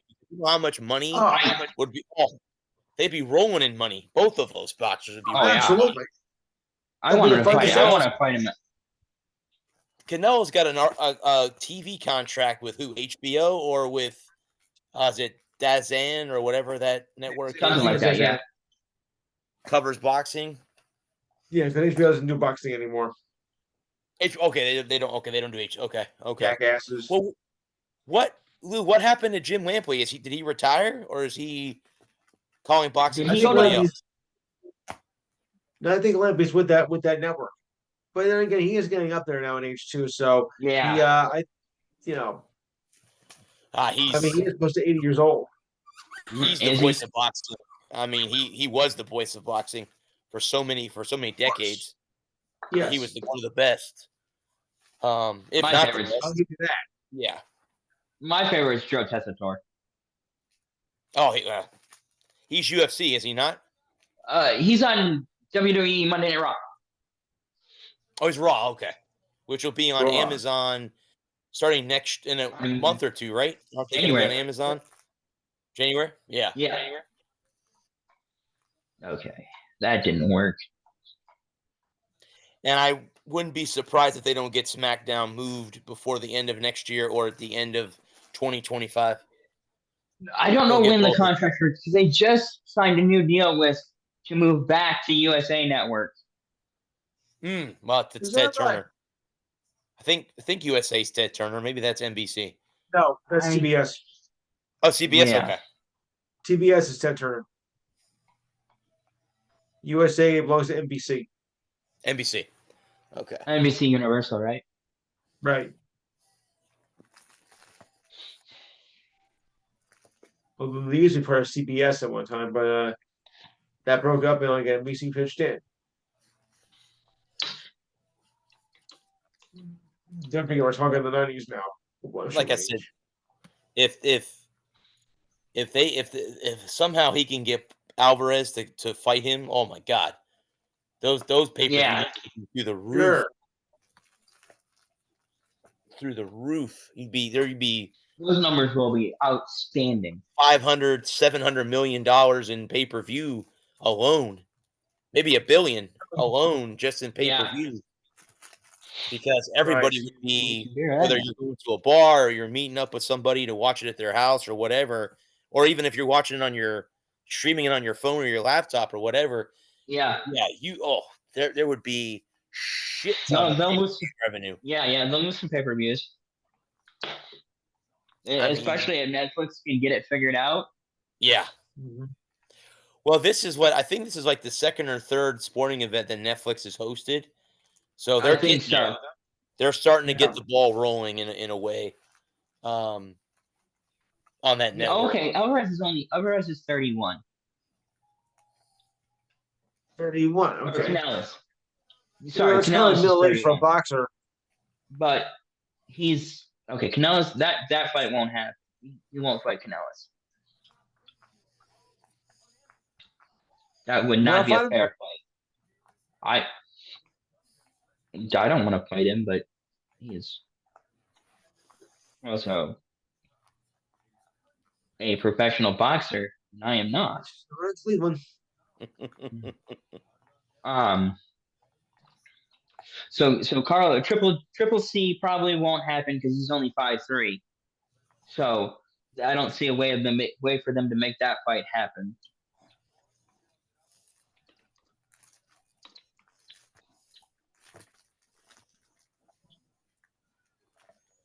Triple G probably won't happen. He's 42. I said Triple G. Yeah, he's 42. I don't think that would happen. But the Alvarez fight could happen. Still fighting, huh? Wow. I think Canelo Alvarez would be good. I mean, for Jake Paul, Yeah. that would be huge for Jake Paul. And now to look him up.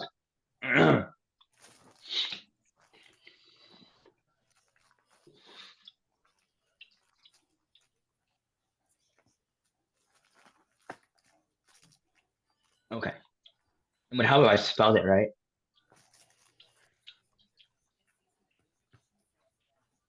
Though Alvarez may not want to fight him because he's afraid he'd lose and lose all his belts. Yeah. Might be one of those things where Alvarez may go, They may not put the belt on the line. Oh, a non-championship fight? Yeah. Or he may make Paul fight and earn the right. Yeah.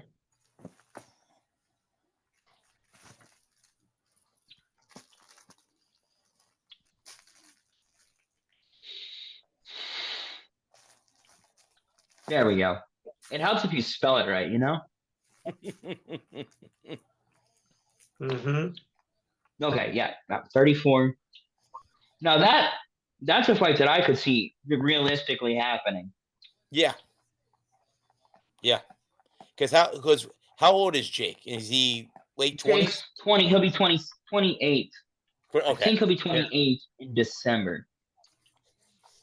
Yeah, so they're not far from, age-wise. They're not. They're not. It's not 30 years. It's not 31 years like Tyson. Triple G? Yeah. And Paul would have a height advantage on Triple G. Right. Because he's a short guy. Alvarez would be kind of that same height as Jake. Or near the same height. Mexican professional boxer.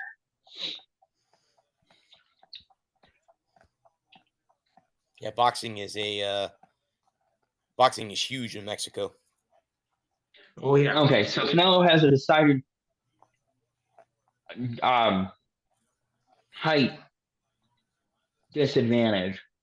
He's even shorter than Tyson.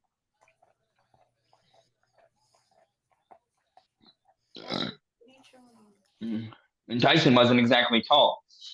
No. Tyson was never really, as far as a heavyweight, he was never really he wasn't like a Foreman or Holyfield or anybody like that was really, really tall. Right. Canelo is 5'7.5" with a 70.5-inch reach.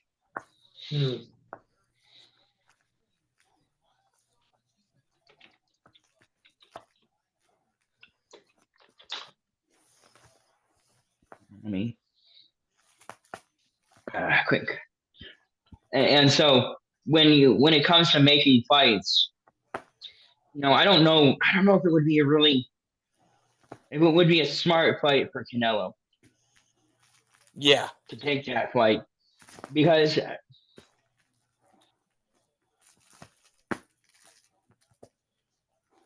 he's 6'1", so he's got 7 inches and 6.5, 7 inches taller and 6.5 or 6 inches,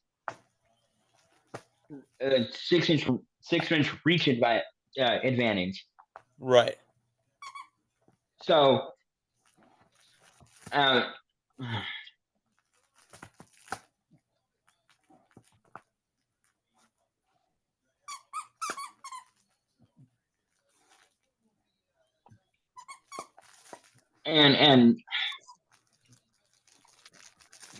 of course he usually fights at Yes. and it doesn't really say what weight he fights at, but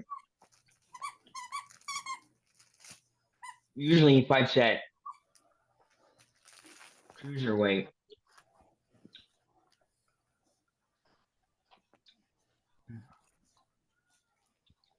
Well,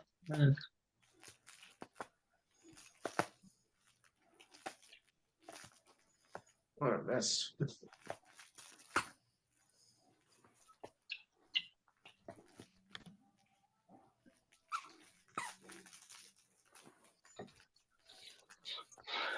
let's look at this real quick.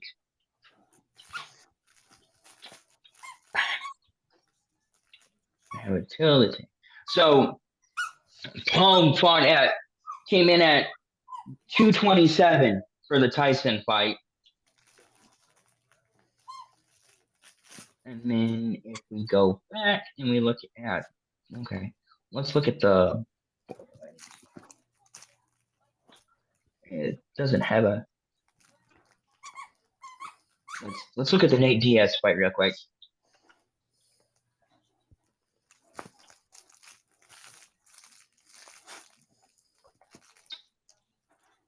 Come on. You gotta love a slow computer, right? Mm-hmm. So in the Diaz fight, he went all the way down. He was all the way down to 185. So he can get down to 185, and they could fight at 185.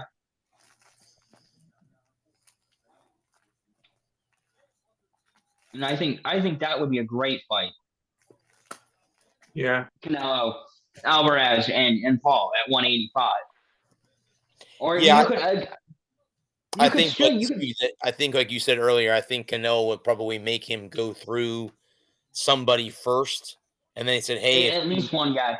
If he can hang with that guy, then I'll welcome the fight." You know what I mean? Yeah. There you might have to have a contenders fight. You might have to have a couple of contenders fights to challenge. Correct. For the belts. But then I want to go back one more and look at the Tyson after Tommy Fury fight to see where he fought that fight out. What way he fought that fight out. But honestly, I would like to see him take more regular boxers, not fighting old guys and MMA guys and basketball stars. But like I've said since day one, if people won't fight him, then he's gonna fight who will fight him. And if he doesn't want to fight your ass, then he doesn't have to fight your ass. Correct. No, if you're some 10 and 25 guy with 3 KOs who's a jobber, you're barking up the wrong tree. He's not gonna fight you.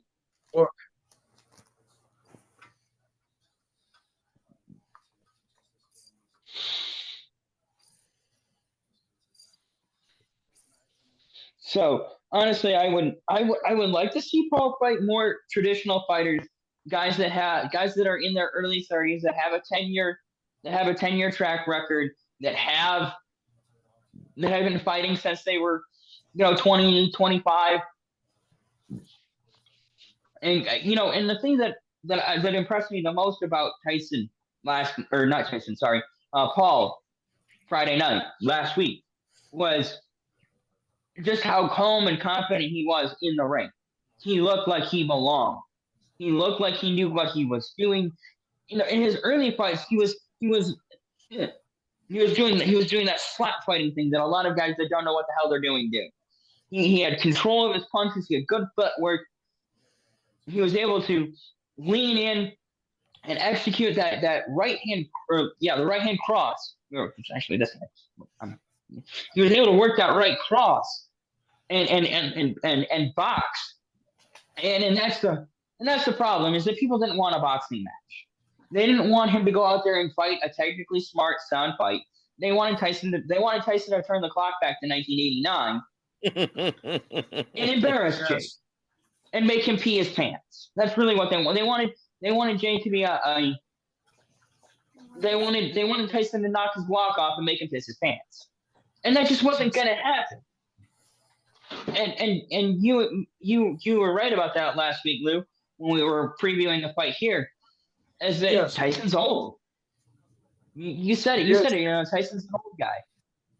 And again, props to Tyson for hanging in for 8 rounds. And you can say Jake took something off of it or whatever, but it's still, unless somebody comes out with bona fide, absolute, verifiable proof that there was anything untoward happening, that they were being paid off or something wasn't kosher, then I'm just going to let it be what it was. A boxing match, a good boxing match. Mm-hmm. Okay, so now when he fought Tommy Fury, who is Tyson Fury's half brother, he was down to 183. He fought at 183. So 183, 185. Okay. Yeah, he could probably even get all the way down to 180 and fight at light heavyweight. Sure. And I think, again, like you were saying, like talking about Alvarez, that would be a fun fight. I think it would be a true test of Paul's abilities. And again, going back to what you were saying, what we were talking about just a minute ago is with Alvarez wanting him to possibly maybe take on some other guys.